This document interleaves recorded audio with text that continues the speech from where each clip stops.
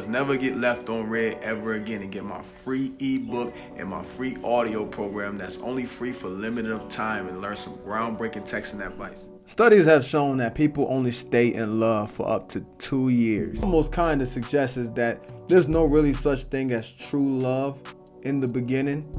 It's only a facade. And when you fall in love fast, that just usually means that you are in what we call the honeymoon phase.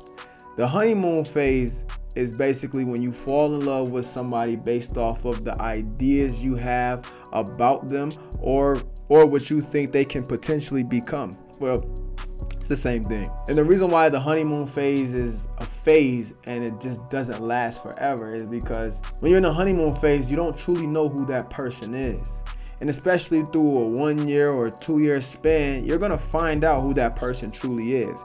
And your attitude is gonna shift based off of the things that you now know about this other person.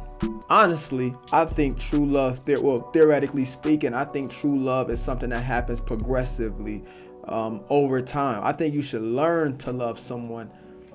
It shouldn't be a love at first sight or you guys loving each other in the first 2 months of meeting each other, especially if you're a man, because when you're a man, it's almost absurd and illogical to fall in love with a woman because she's not selling you anything. When a woman comes to the table, she's coming to the table with you need to make her fall in love. You need to sell yourself. You need to put in the work. The only thing that she's selling you is her vajayjay. So how is it even possible for you to fall in love with that?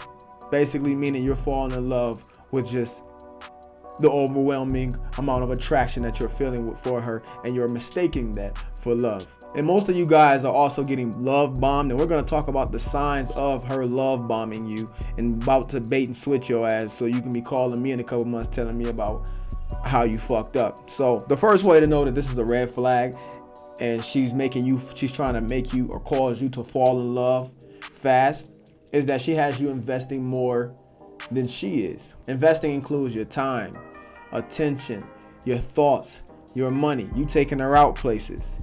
Every time she's not around, the only thing that's on your mind is that you're thinking about it. You can't even work your job without even thinking about her. You texting her ass while you on the job, while you supposed to be being productive. You doing all the things. You giving her, you calling her every damn night. You taking her to Taco Tuesday every day. See, men, we fall in love with our investments. If you were to put $1,000 in a stock right now, you would be obsessed with that fucking stock because that's a lot of money, depending on what you think a lot of money is. But a lot of guys think a lot of money.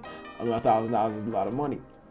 You put $1,000, you're gonna be watching that stock every day, and if you see that stock happen to plummet, you're gonna start feeling like shit. You're gonna get mad. We chase our investments because we want to see a return on our investments. That's just what we are, and that's the only way we fall in love. We don't fall in love truly. We just get our egos bruised. Like going back to the stock thing, if you see the stock plummeting, your heart gonna be breaking. That's just your ego bruising because you thought you invested in something that was worthy. And now you see your money going out the fucking window after you just invested a large amount of money. It's the same shit with women. You invest all of that shit and then she just starts pulling back. You chasing, you doing all this beta shit because you want a return on your fucking investment. It causes that obsession, which is why it's important to vet women so you can protect your money, time, thoughts, and attention and give it to somebody who is worth value. You wouldn't invest into a stock. You shouldn't even invest into a stock unless you know you did extensive scrutiny research on that stock to see if it's gonna perform well in the future, which I teach in my Vetting Her to the Core audio program, so you guys don't have to worry about this type of honeymoon shit and all the shit that I'm talking about. But let's move on. The second thing is she looks better than normal. You used to dealing with 5s and 6s, and then now you happen to get a 7, and because she looks better than normal and you're so attracted, you're so overwhelmed with the attraction that you fall in love, and now you're trying to hoard this girl. You're doing all the simp behaviors. You want to handcuff her. You want to make sure she ain't going nowhere. You being insecure now. You calling her all the time to make sure she ain't around no other dudes. You know, you checking her phone. You over complimenting her. You just being extravagant in your actions, to which causes her to become unattracted to you because of your behavior and your energy that you're portraying. And then now she dumps you. I want you guys to know, anytime you get a girl that's prettier than the girls that you usually get, you're not going to keep her. Because you don't have the skill and you're not at the same caliber as that woman.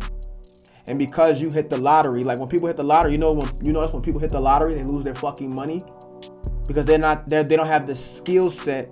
They don't have the knowledge, the self-awareness to know how to regenerate that money, to know how to keep that money. You don't have the skill set or the knowledge to know how to keep this woman. Or even, let's say you don't keep the woman, you don't have the skill set or the knowledge to be able to go out and replace her with the same caliber of woman that she was. Especially on the looks aspect, even especially on the personality aspect. Your abundant mentality, you think these women are scarce, and your abundant mentality should be that knowing that you can go out there and go get another one. A lot of you guys are so lazy, so when you hit the fucking lottery, it's inevitable you're gonna lose her because you are so lazy. You're not willing to go your ass outside and go get another one. You're not willing to go put in the work that's necessarily to do to go get another one.